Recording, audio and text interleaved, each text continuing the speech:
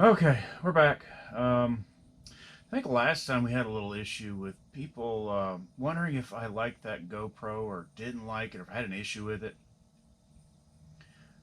Yeah, let's just make it clear I'm not the biggest fan of it right now. But anyway, uh, as you see here, I've got my sound deadening on here. Got it on the quarter panel as well. And I went ahead and I took some paint and with hardener, I thinned it down and I actually brushed that on because I didn't want to make a mess out of it. You don't really need to. It's just, a little extra protection for that area.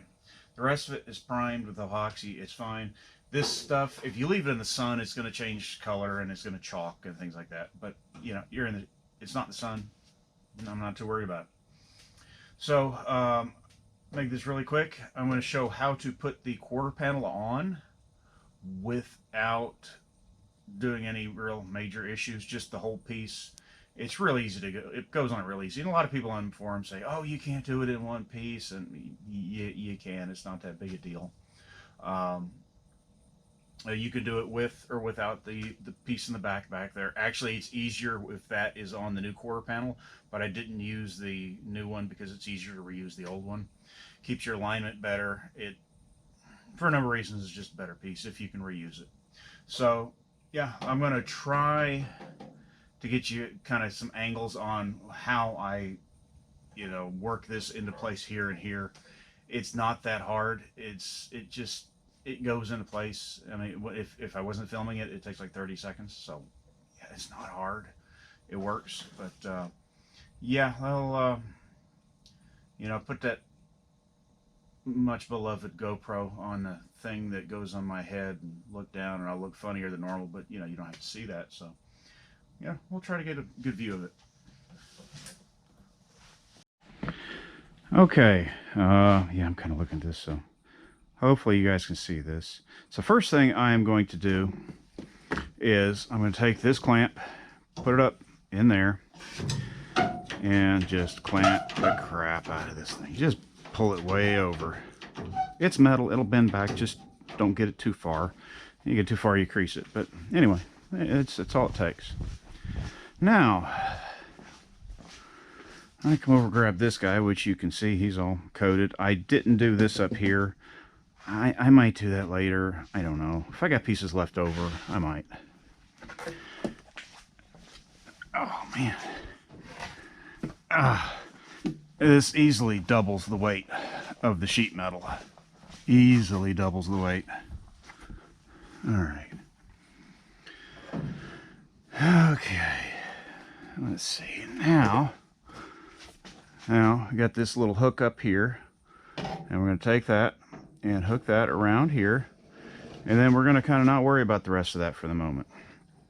Actually, it doesn't even mind if we go over top, but you may want to go under, you may want to go over, but you see, there you go. You just lift that up, you're over that, push this down, pull here, go back, roll it into place, and you're done. So if anybody says you can't do it, they've never tried. It's that easy. Boom, done. Pop that off, align everything up, weld it in. That's all it takes. So yeah, if they tell you you can't do it, they've never tried. So let me get this thing. Oh yeah. And to reiterate what I was talking about earlier about me not, I now realize that it's not that I dislike the GoPro. I'm developing a deep-seated hatred for the GoPro. This time it decided, when I put it on the top of my head where you're sitting right now, I put it up there, it decided, oh, hey, let me just play back the last video you just recorded instead of being ready to go. Yeah. So, anyway, all right, let me get this thing off of my head. These magnets here, when you don't have your door catches on, obviously it's not lined up right now, these make great door catches. All right, now this is something else I'm kind of working on. This is a factory gauge cluster. I've got a couple of them. I bought a couple of those, oh geez, 90s or so. These things were like 10 bucks a piece. Nobody wanted them. I've got a few more somewhere else. I don't know where, with all the gauges. They were worthless. But anyway, this is a 3D printed one with, you know, obviously another hole. This is actually a design by one of the guys on the forums. I will put the link to his forum post and the link to the file that he has uploaded onto Thingiverse for this. And he gets all the credit for it. All I did was take the drawing, chop it up into pieces to fit my printer, threw it in there, you know, and just printed it. Now, because my printer's not big enough, I did have to do, you know, 3 pieces here. You know, in the future, I may, by the time I get to that point, I may make it bigger, and I'll have to make this out of a different material.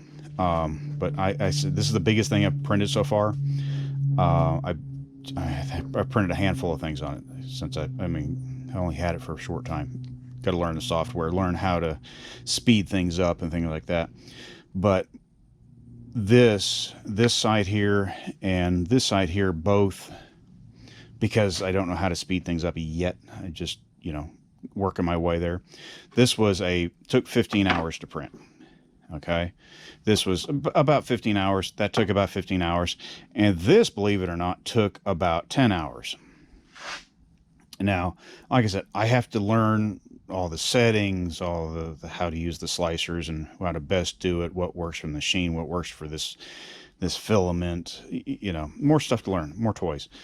But anyway, I thought that looks pretty cool. I have found that, you know, they've said, oh, you can use super glue to glue it together. Yeah, it doesn't work. And then they've said, you can use plumbing cement to glue it together. Well, I tried that on some scrap pieces. Doesn't work.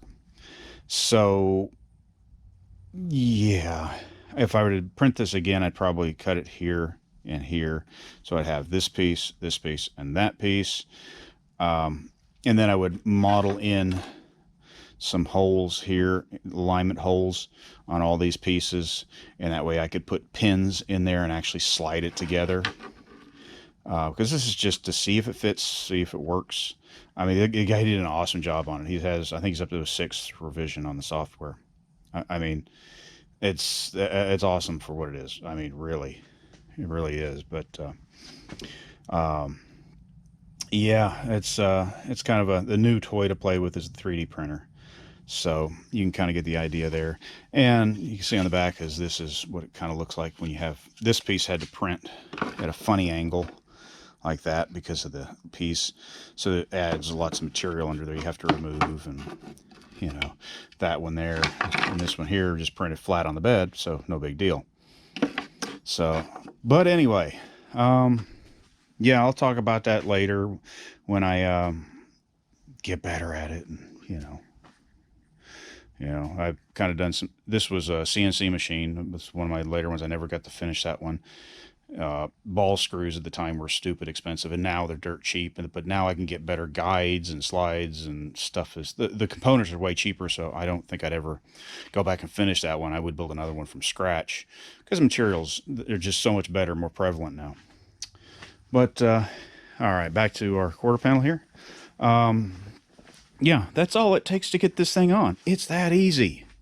So people tell you, oh, you can't do it. Yeah, see, you can see how easy it was. Piece of cake. So I'm going to go, put all my Clecos in, clamp all this into place, do a little more fitting. I did do, this is something I know Grease Rookie's having an issue with on his, is hit on his back here in this area here. This piece here is a little high, and it is on mine as well. This is actually a little bit high. And I noted earlier on mine, this piece here was kind of a curve. Well, I took the little spoon that came with the door skin kit, and I was able to pull both of these corners up a little tighter. That's why it looks a little sharper here than it does in the middle. So yeah, I was able to pull that up, and this is within less than a 64th. I mean, it's really straight now. So hoping that'll line up a lot better now than it did before. So that's about all I got for you. They're probably going to start with the dozers and the compactors here a little bit. They're repaving the road in front of our house. The road is way that way, but the vibratory compactor, and this is sand, and yeah. You feel it everywhere. You hear it. And you think I'm complaining about the GoPro, you should hear me complain about the fact they do everything backwards here. And they do the road before they do the water mains and before they do the storm drainage. Yeah, just don't get me started on that. But yeah. But yeah, that's all I got for now. I'm going to mess with this some more. I want to get this welded on. At some point I got to go get a socket, and I got an oil pressure switch to change on the PT Cruiser, the airport car. So there we go. That's about all I got for you now. See you later, guys.